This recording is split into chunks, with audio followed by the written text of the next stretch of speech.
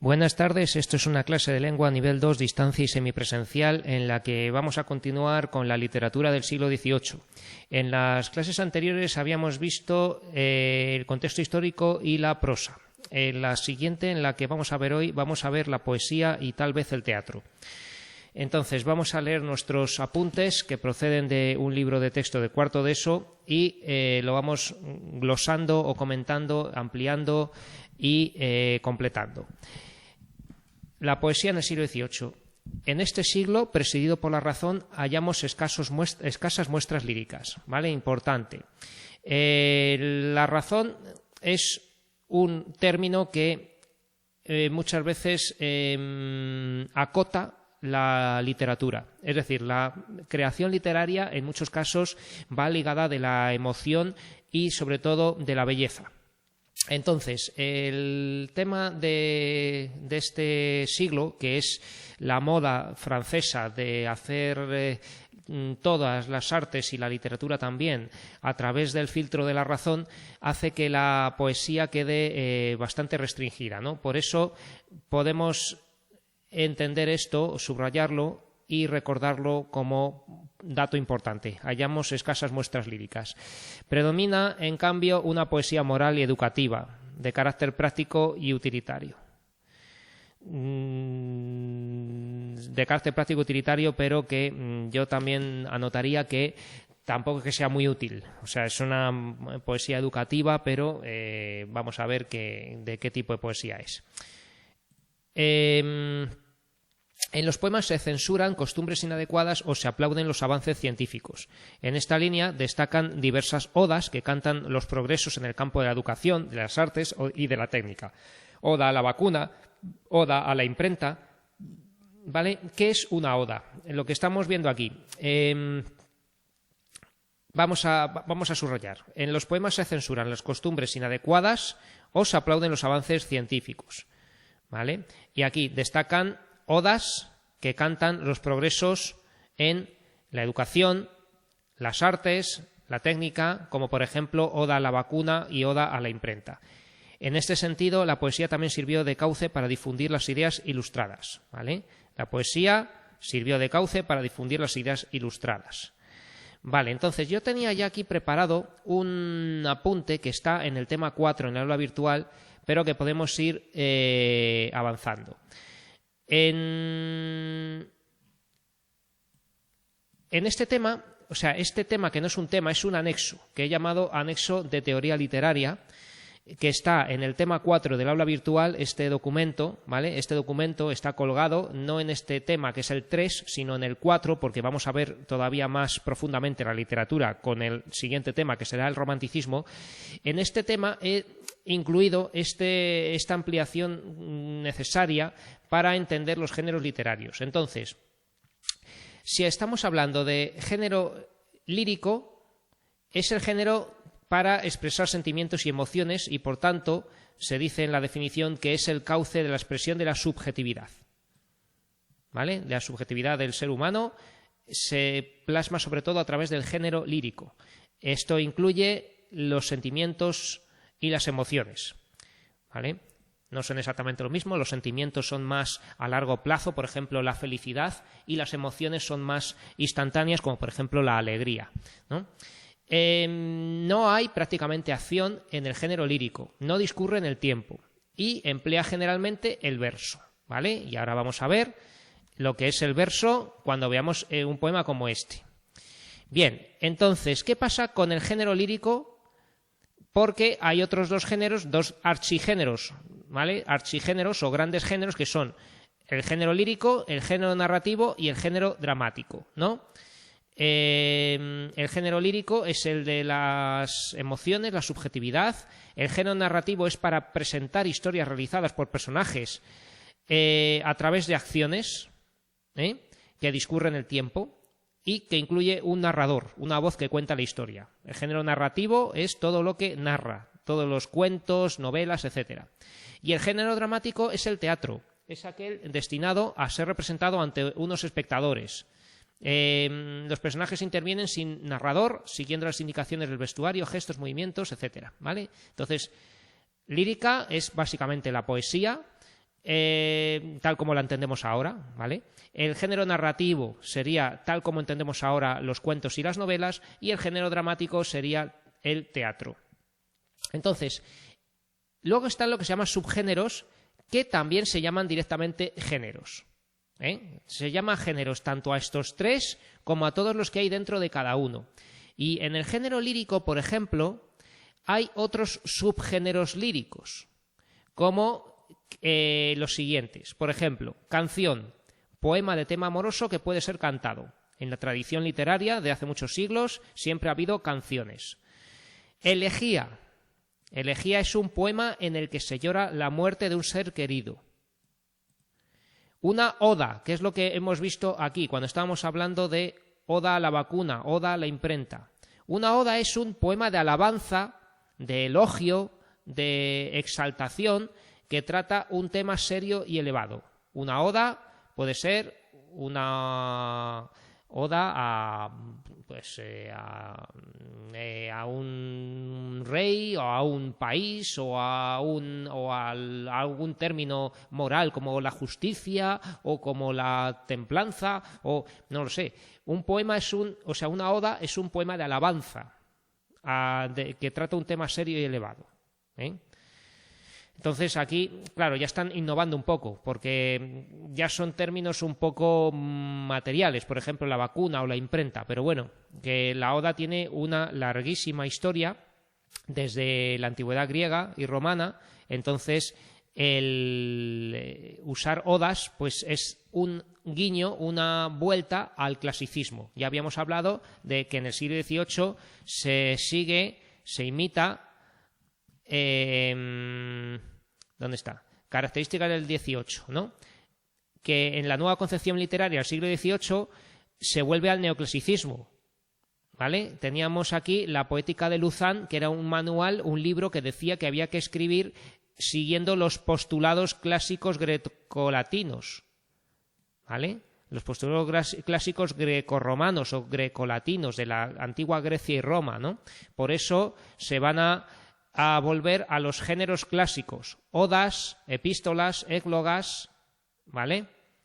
Esto es lo que estamos viendo aquí. Una oda es un poema de alabanza que trata un tema serio y elevado. Una sátira es un poema utilizado para ridiculizar a alguien o a algo, una burla, un poema para ridiculizar. Y la égloga es generalmente un largo poema amoroso enmarcado en una naturaleza idealizada y con pastores, con un ambiente pastoril, con personajes que son pastores o que aparentan serlo, porque realmente son poetas, ¿vale? Pero van con sus ovejas o sus cabras y hablan unos con otros de amor, ¿vale? Eso es una égloga, ¿vale? Luego estarían los subgéneros narrativos, pero que no los vamos a ver ahora, y los dramáticos, que tampoco los vamos a ver ahora mismo, ¿vale? Entonces, estos apuntes son muy útiles, espero que los valoren ustedes adecuadamente, ya que los elaboré yo con distintos textos, los compilé y los reuní en este documento de 12 páginas, ¿vale? Bueno, entonces, ya sabemos lo que es una oda, un poema de alabanza que trata un tema serio y elevado, y habíamos dicho que en la poesía, volvemos aquí a la página 14, se vuelve a las odas, y ya veremos que se hacen otro tipo de poemas también. Por ejemplo, aquí tenemos una oda que sería El triunfo de la tolerancia. Se titula así, El triunfo de la tolerancia. La ha escrito Alberto Lista, ¿vale? Entonces, Alberto Lista es uno de los, por lo menos, 4 poetas que podemos recordar del siglo XVIII, ¿vale? Alberto Lista, no sé si sale aquí en un esquema final que tenemos. Poesía.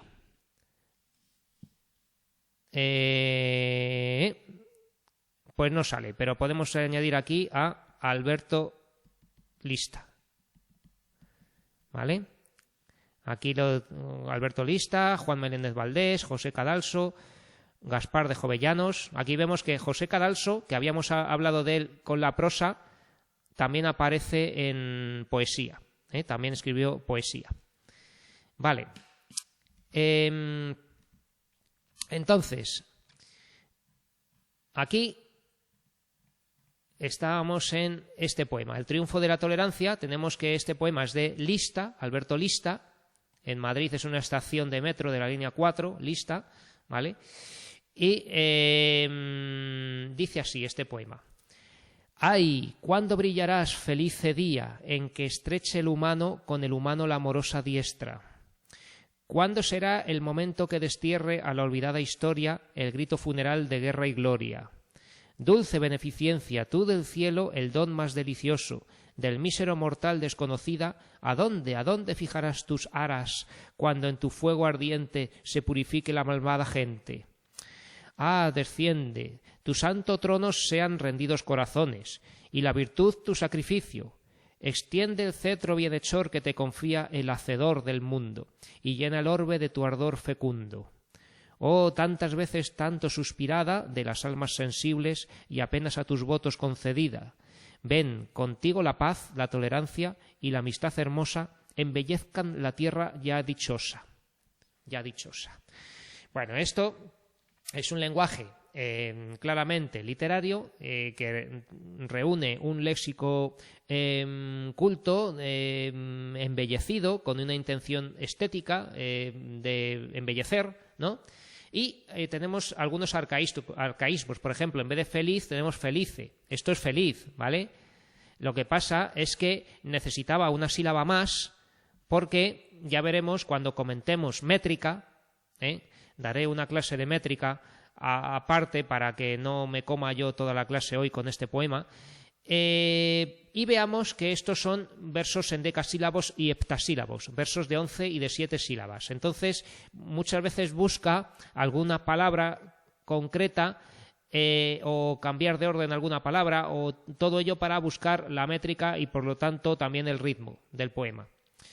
Tenemos también una serie de recursos, de figuras retóricas, y eso que estamos en el neoclasicismo, que es una época literaria en la que no se enriquecen demasiado los poemas de retórica para que no eclipse o encubra, digamos, el sentido, el mensaje, la idea didáctica del poema.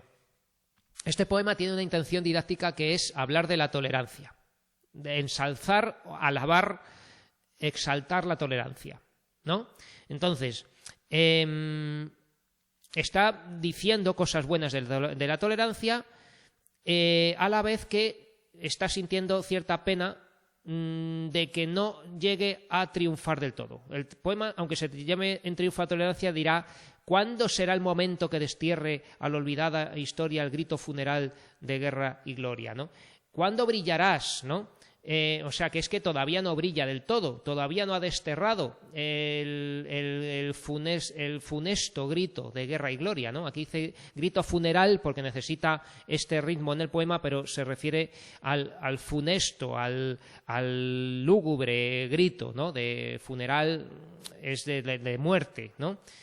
Dulce beneficencia tú del cielo, el don más delicioso. Aquí la está exaltando claramente, diciendo que es dulce, que es algo benéfico, que es el don más delicioso del cielo, la tolerancia, y que es desconocida de las personas comunes. Del mísero mortal, desconocida. Es desconocida para los hombres comunes, normales, ¿no? El mísero mortal. Las personas normales es desconocida. ¿A dónde fijarás tus aras? ¿Qué son aras? Un ara es un altar, ¿vale? Tus aras significa altares, ¿vale? Un altar es un ara, es sobre todo en la antigüedad clásica el altar de un templo donde se sacrificaba un animal, muchas veces para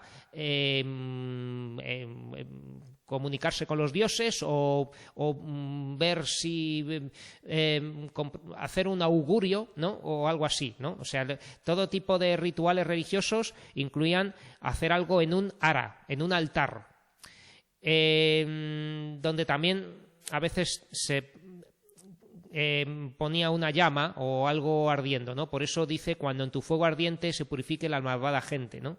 Donde fijarás tus aras, tus altares, donde se vaya a purificar la gente con un fuego sagrado, por así decir. Está sacralizando la tolerancia. Desciende, o sea, está pidiendo aquí con esta apóstrofe, esta llamada, ¿no? Está diciendo que descienda tu santo trono. Como vemos, está divinizándola, ¿no? Está divinizando la tolerancia, está divinizando la tolerancia, ¿vale? Tu santo trono sean rendidos corazones, o sea, que sean los corazones ablandados, ¿no? De la gente, los que sean el lugar donde se asiente la tolerancia. Y la virtud, tu sacrificio, y que tu sacrificio sea la virtud, el bien. Extiende el cetro bienhechor, el que te confía el hacedor del mundo. Extiende el cetro de mando, ¿no? El cetro es lo que tiene un rey en la mano, un báculo, un cetro bienhechor, que tiene además un poder, digamos, para hacer el bien, que te confía el hacedor del mundo. El hacedor del mundo es Dios, ¿no?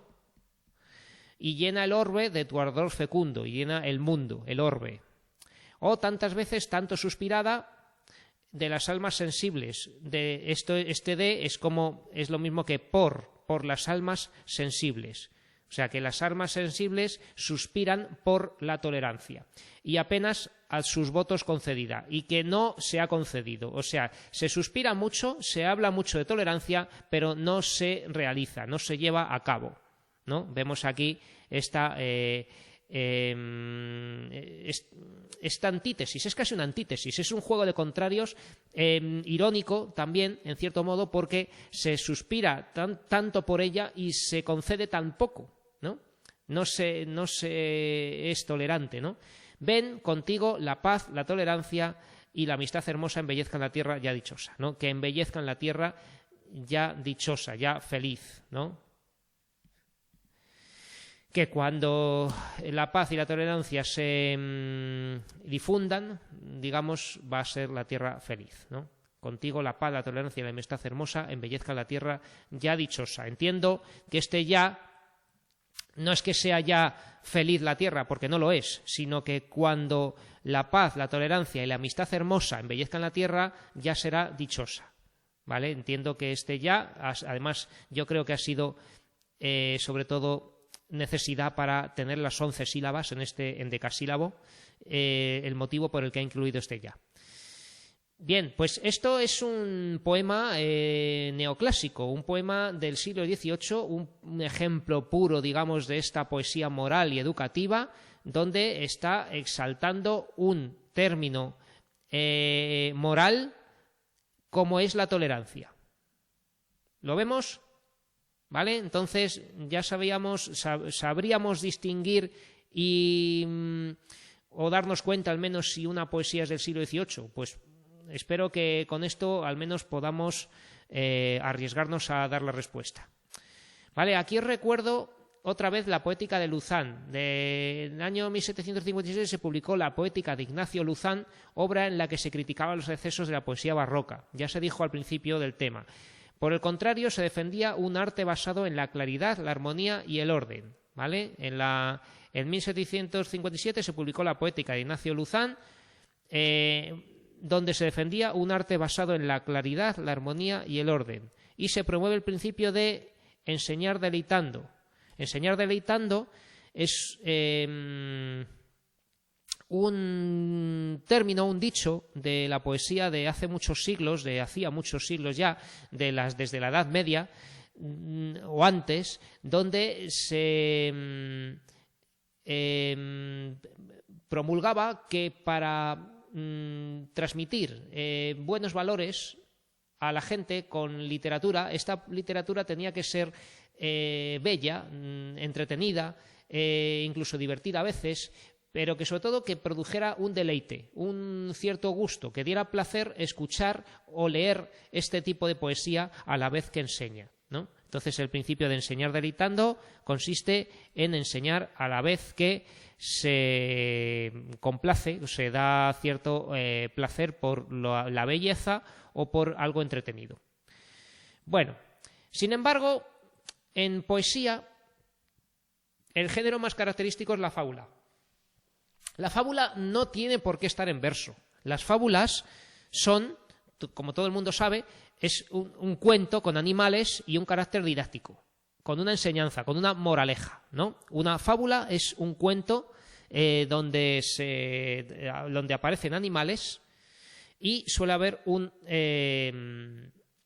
una enseñanza final, ¿no? No sé si tengo aquí en la narrativa la fábula, que es un cuento didáctico que tiene como personajes animales humanizados. Desde luego que no son animales como los salvajes, porque entonces no tendríamos nada que contar ni que entender, pero lo que tiene es que los animales están humanizados, caracterizados como personas, que hablan uno con otro, ¿no? El típico cuento, o sea, la fábula de la zorra y las uvas, que ve las uvas y quiere saltar y no llega, y entonces dice, están verdes, ¿no?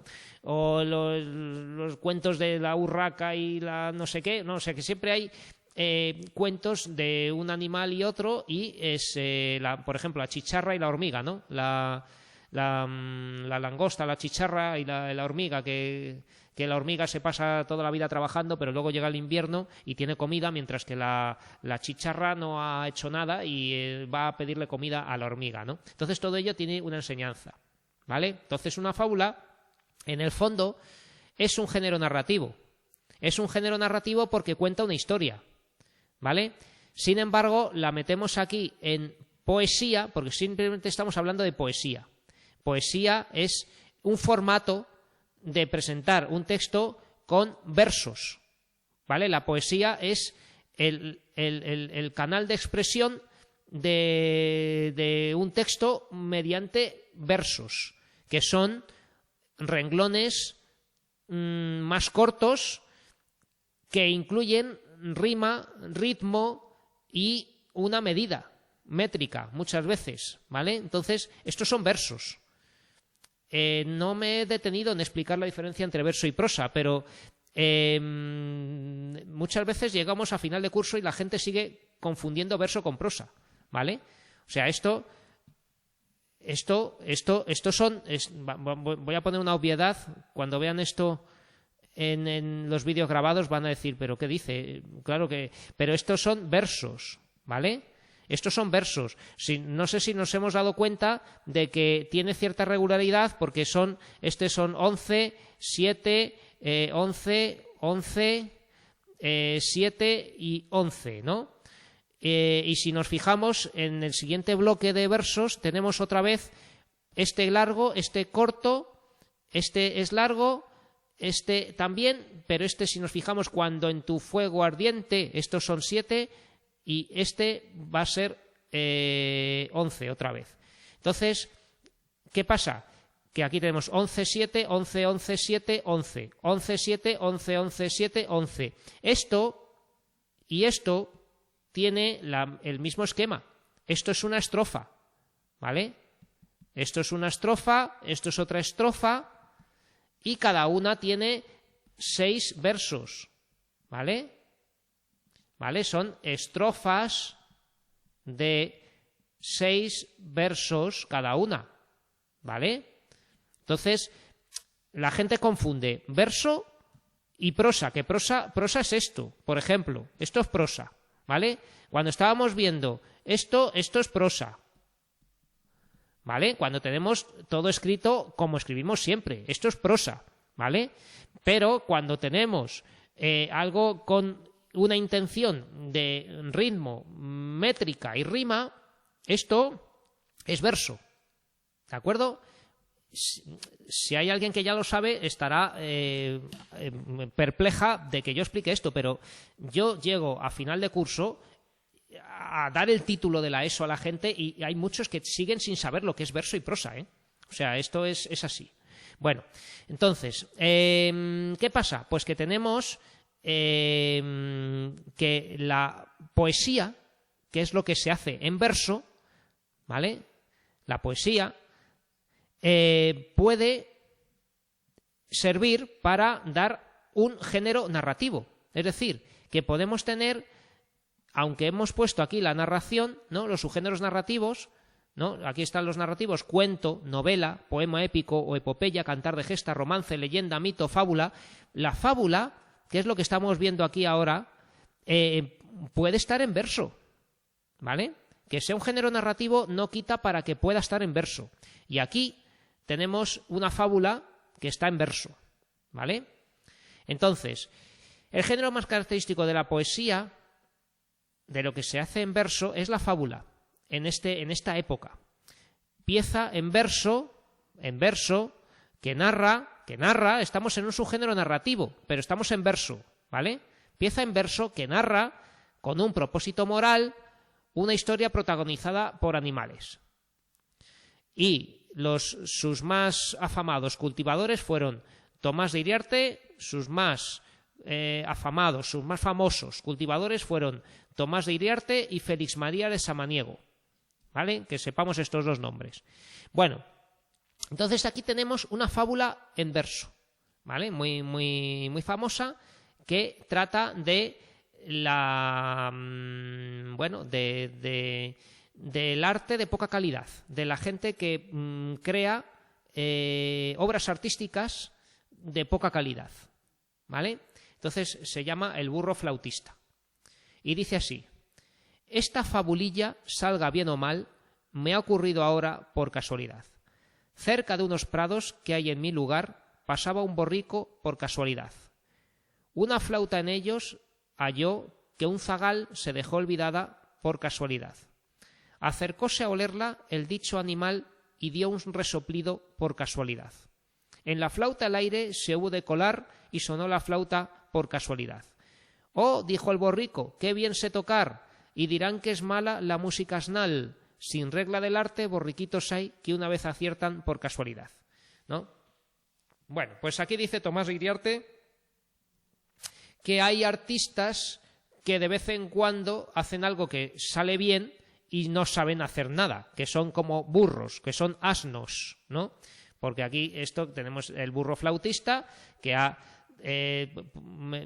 soplado por una flauta y ha salido un sonido y ya con eso se cree que puede hacer arte, ¿no? Entonces es simplemente una burla de la gente que no sabe hacer arte y un recordatorio, una manera de insistir en que para hacer buen arte hay que estar muy preparado y no hay que ser un burro, ¿no?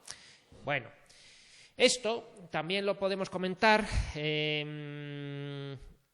Son versos muy cortos, son esta fabulilla.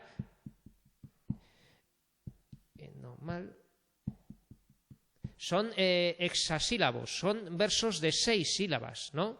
Son de 6 sílabas, ¿vale? Ya veremos, si hago un vídeo de comentario métrico de esto, que estos son coplas o coplillas, ¿no? Donde tenemos que la rima está en los versos pares y quedan los impares libres, ¿vale? Entonces esto son coplas porque están de 4 en 4. Como podemos ver, son de 4 en 4 los versos y además aquí utiliza un recurso que creo que se llama epímone, una epímone, que es una repetición de cada final de estrofa con el mismo verso. Por casualidad, por casualidad, por casualidad, ¿no? Esto es una epímone, creo recordar que se llama, ¿vale? Entonces vemos que está insistiendo en eso, que suena como una especie de estribillo, que está insistiendo en esas palabras por casualidad, ¿no? Lo que se repite es para insistir en un poema, entonces está insistiendo en que hay a veces borricos, en sentido figurado, ¿no? Hay artistas malos a los que les salga algo bien por casualidad, ¿vale? Entonces, por eso es una obra didáctica también propia del siglo XVIII, con animales, en este caso un burro, ¿no? Y eso es propio de esta época. Vale. También se cultivó en este siglo la poesía rococó de imitación clásica, que vuelve a recuperar los temas bucólicos y mitológicos, ¿vale? Entonces también se cultivó en este siglo una poesía rococó de imitación clásica. Recordemos que el rococó es un tránsito entre el barroco y el neoclasicismo, ¿vale? Y que recupera de los temas bucólicos y mitológicos. Bucólicos quiere decir pastoriles, ¿vale? Bucólicos quiere decir pastoriles, en un marco de naturaleza idealizada, en un entorno de naturaleza idealizada. ¿Vale? La palabra bucólico tiene que ver con pastor en griego clásico, ¿vale? Y había un libro de poemas de la antigüedad romana que remitía a su vez a la antigüedad griega, que eran las bucólicas de Virgilio, ¿vale? Virgilio era un poeta romano que escribió un famoso libro de amor entre pastores, ¿no? De pastores y pastoras que se encuentran en el campo y hablan de sus amores, ¿no? Se trata de una poesía refinada donde predomina el amor desde un punto de vista de la coquetería y la galantería. Esto es muy propio del rococó. Ya habíamos hablado el otro día de lo que era el rococó. Todo ello en un paisaje idealizado y artificioso, en un paisaje idealizado. Se suele escribir en estrofas breves y de metro corto, de métrica de pocas sílabas por verso, ¿no? Aquí tenemos la blanda primavera derramando aparece. La blanda primavera. Son de 7 sílabas, ¿vale? Son heptasílabos. ¿Vale? Entonces, lo que vemos son aquí estrofas de 4 en 4 versos heptasílabos que a su vez también tienen la rima en los versos pares. Son también una especie de coplas, ¿vale? Las coplas son agrupaciones de 4 versos, o sea, estrofas de 4 versos, de metro corto, de 6, 7, 8 sílabas, pero siempre regulares, con rima asonante en los versos pares, ¿vale? Aquí vemos cielo y pura, que no riman, y luego inclementes y alegre, que estos sí rima, ¿vale? Si alguien no sabe por qué pongo aquí una A minúscula, ya se lo explicaré. Entonces, en esta poesía destaca Juan Meléndez Valdés. Juan Meléndez Valdés es el autor que tenemos que recordar como autor de poesía rococó. Este poema dice así: Oda 5, ¿vale? Estábamos con odas. Otra vez, odas. Ya sabemos que son poemas laudatorios, de exaltación, de alabanza a algún tema elevado. Y aquí va a ser una oda a la primavera, o que trata de la primavera. La blanda primavera derramando aparece sus tesoros y galas por prados y vergeles. Despejado ya el cielo de nubes inclementes, con luz cándida y pura, ríe a la tierra alegre. El alba de azucenas y de rosa las sienes se presenta ceñidas, sin que el cierzo las hiele. De esplendores más rico descuella por oriente, en triunfo el sol y a darle la vida al mundo vuelve. Yo creo que era más largo el poema, porque esto es demasiado corto. Yo creo que algo más tiene que contar. Pero bueno, el caso es que está hablando de la primavera con un lenguaje muy galante, con todo embellecido, ¿no? Que ya se han ido las nubes de los nubarrones, digamos, de las tormentas, ya va a salir el sol con la luz, un alba, un amanecer limpio y puro de azucenas y de rosas, ¿no? Ya no hay hielo, en fin, o sea que va a hablar del fenómeno climatológico de la primavera, embelleciéndolo con todos los términos literarios, mitológicos y en general bellos que pueda reunir el autor. Vale,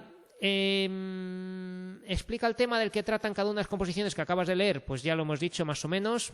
Y aquí tenemos otra fábula, que esta es de otro autor. Habíamos hablado antes de Tomás de Iriarte y ahora vamos a leer una de Félix María de Samaniego, ¿vale? Esto es una fábula de Samaniego. Y dice así: el ciervo en la fuente. Un ciervo se miraba en una hermosa cristalina fuente, placentero admiraba los enramados cuernos de su frente, pero al ver sus delgadas largas piernas al alto cielo daba quejas tiernas. Oh dioses, ¿a qué intento a esta fábrica hermosa de cabeza construir su cimiento sin guardar proporción en la belleza? Oh qué pesar, oh qué dolor profundo, no haber gloria cumplida en este mundo. Hablando de esta suerte el ciervo vio venir a un lebrel fiero. Por evitar su muerte, parte al espeso bosque muy ligero, pero el cuerno retarda su salida, con una y otra rama entretejida. Mas libre del apuro, a duras penas, dijo con espanto: si me veo seguro, pese a mis cuernos, fue por correr tanto. Lleve al diablo lo hermoso de mis cuernos, y haga mis feos pies el cielo eternos. Y así frecuentemente el hombre se deslumbra con lo hermoso, elige lo aparente, abrazando tal vez lo más dañoso. Pero escarmiente ahora en tal cabeza. El útil bien es la mejor belleza. ¿Vale? Entonces, ¿qué pasa con el ciervo? Pues que se está mirando y en una cristalina fuente se está viendo como Narciso, ¿no? Reflejado, como un narciso viéndose reflejado, admirado los enramados cuernos, o sea, sus cuernos, que le gustan mucho. Pero no le gustan sus delgadas y largas piernas. Dice que no le gustan. Y se queja porque dice que no tiene proporción, tanto cuerno y luego las piernas delgadas y que no le parecen bien. Sin embargo, viene un lebrel, un perro de caza, un fiero lebrel, un lebrel fiero, y va saliendo, quiere correr, pero casi muere el ciervo porque se le enganchan los cuernos en las ramas de los árboles. Pero el cuerno retrata su salida con una y otra rama entretejida, ¿vale?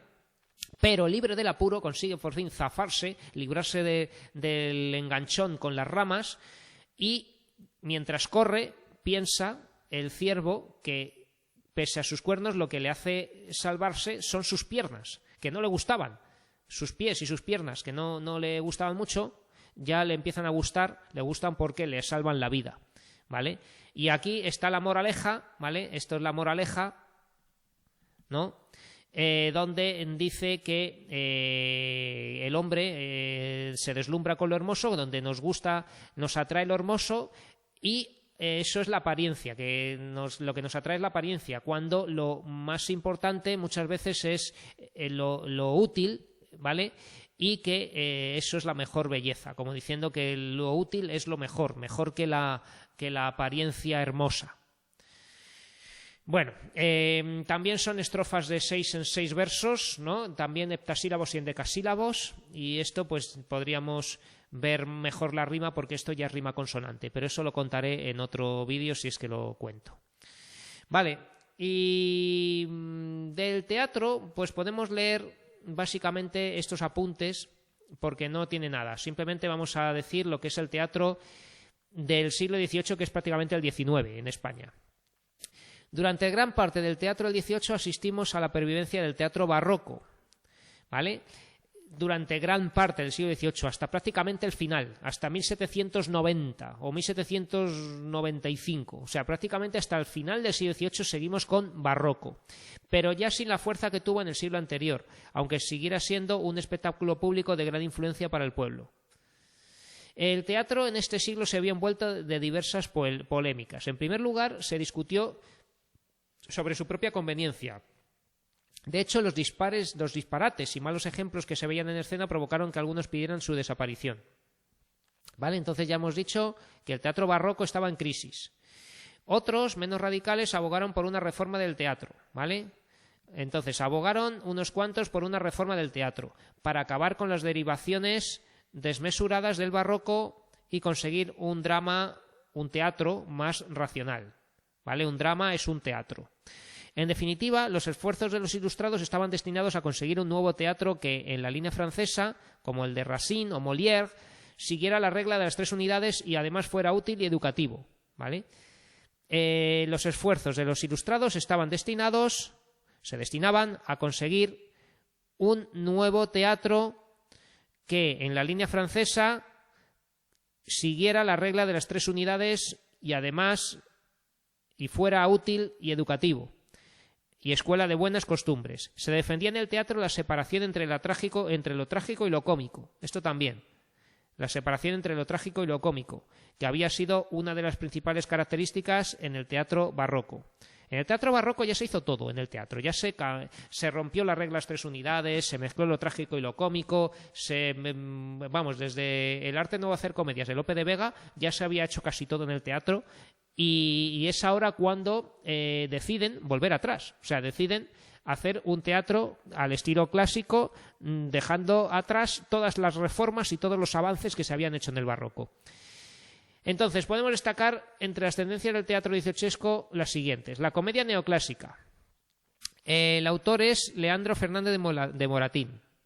Con este teatro se intentaron difundir las ideas ilustradas. Este es del que hablamos como que es el más famoso. Sin embargo, no es el que más se hizo. La comedia neoclásica fue muy al final y tampoco es que se representase tantísimo. Pero bueno, el drama sentimental.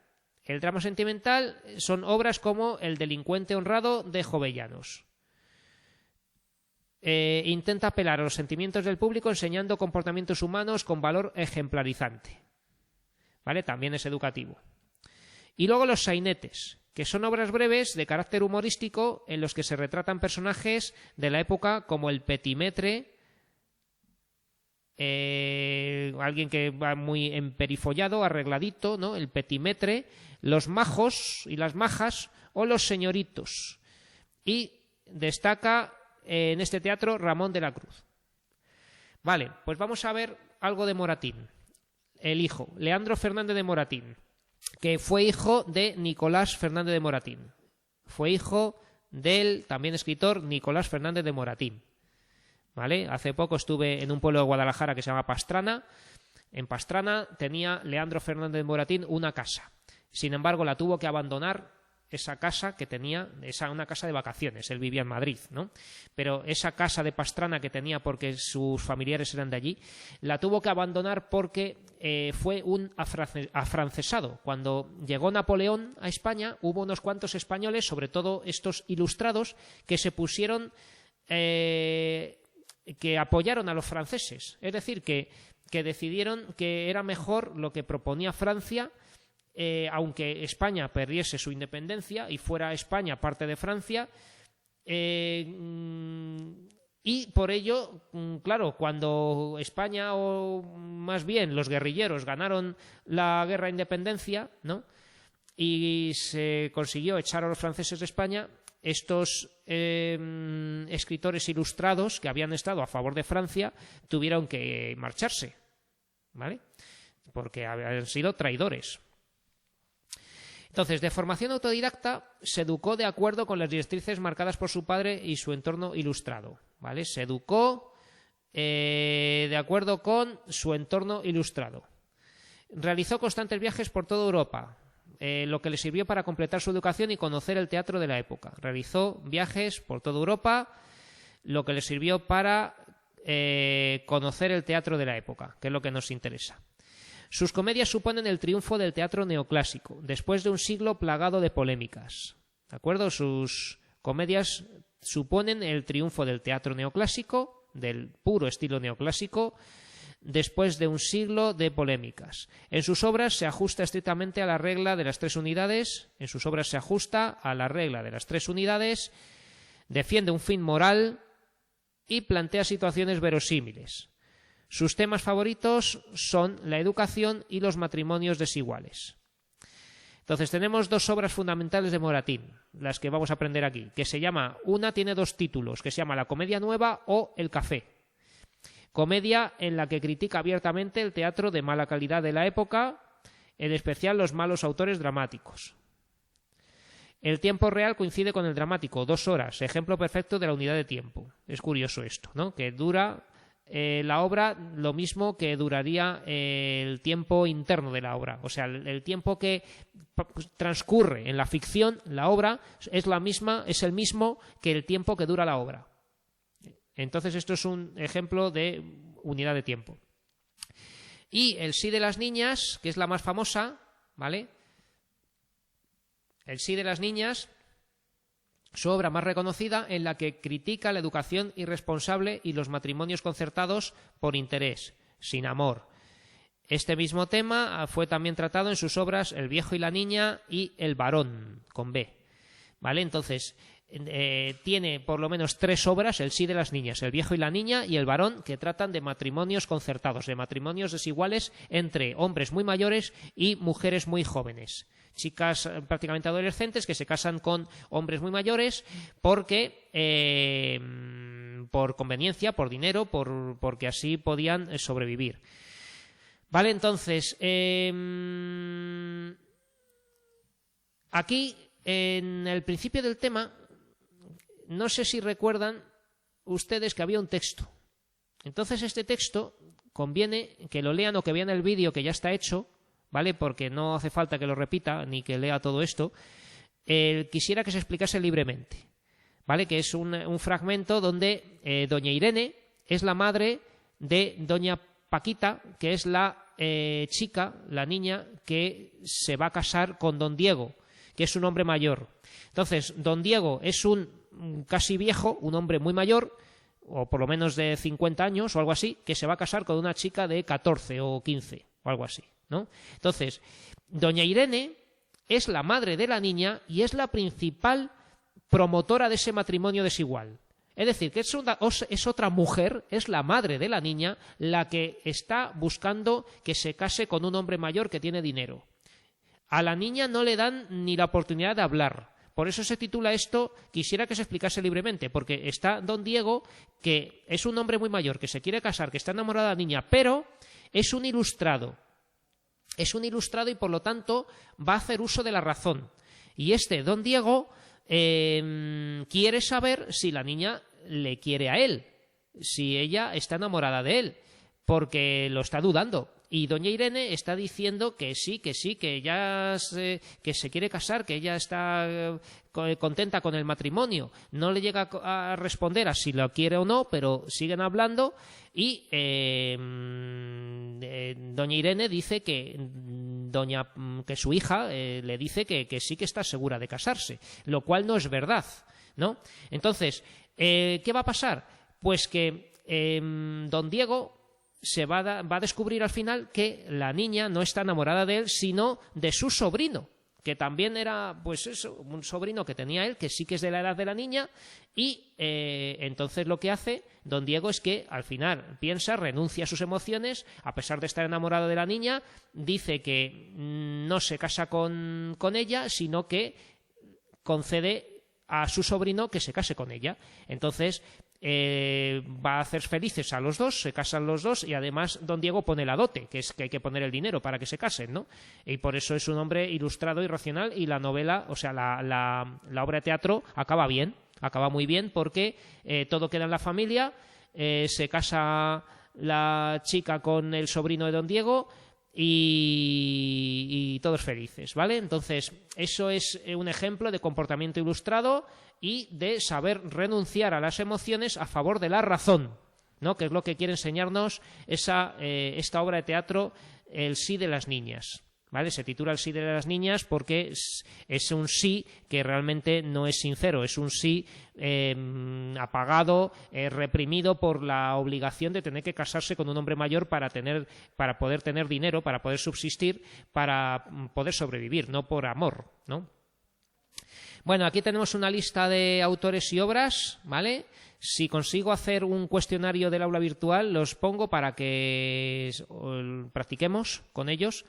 Y luego aquí otro esquema más, donde tenemos estilos, que sería un post-barroquismo, un pervivencia del gusto barroco, que ya hemos hablado de que sigue en el siglo XVIII, el neoclasicismo, que es la parte, digamos, más famosa, que sigue que imita el estilo clásico, y un prerromanticismo, ¿vale? Que va a ser un antecedente del romanticismo, ¿vale? Aquí en postbarroquismo es donde tendríamos que incluir el rococó. El rococó, que es un estilo barroco a caballo con el neoclasicismo.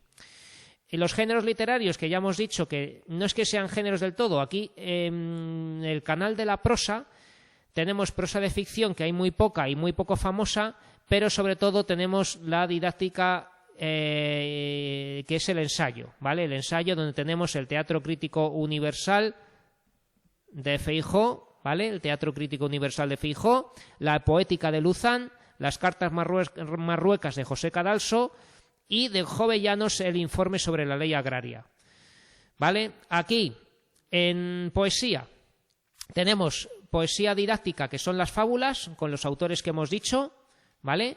Que teníamos por aquí,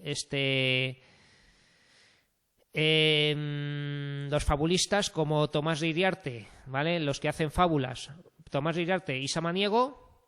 Y luego tendríamos en teatro todos los tipos de teatro que hay. Los sainetes de Ramón de la Cruz, la comedia sentimental de Jovellanos como El delincuente honrado, la tragedia neoclásica, de la que no hemos hablado, de Vicente García de la Huerta, con una obra muy famosa que se llama Raquel, y la comedia neoclásica, de la que sí hemos hablado bastante, de Leandro Fernández de Moratín, El sí de las niñas, ¿vale? Entonces, a ver si podemos recordar estos nombres y estos autores. Si han hecho ustedes el trabajo de literatura que propuse en distancia para la evaluación continua, pues pueden incluir todos estos esquemas, y en presencial pues también, ¿no? Y luego, si consigo hacer un cuestionario, pues también tienen aquí información para completarlo. Nada más, nos vemos en el siguiente vídeo.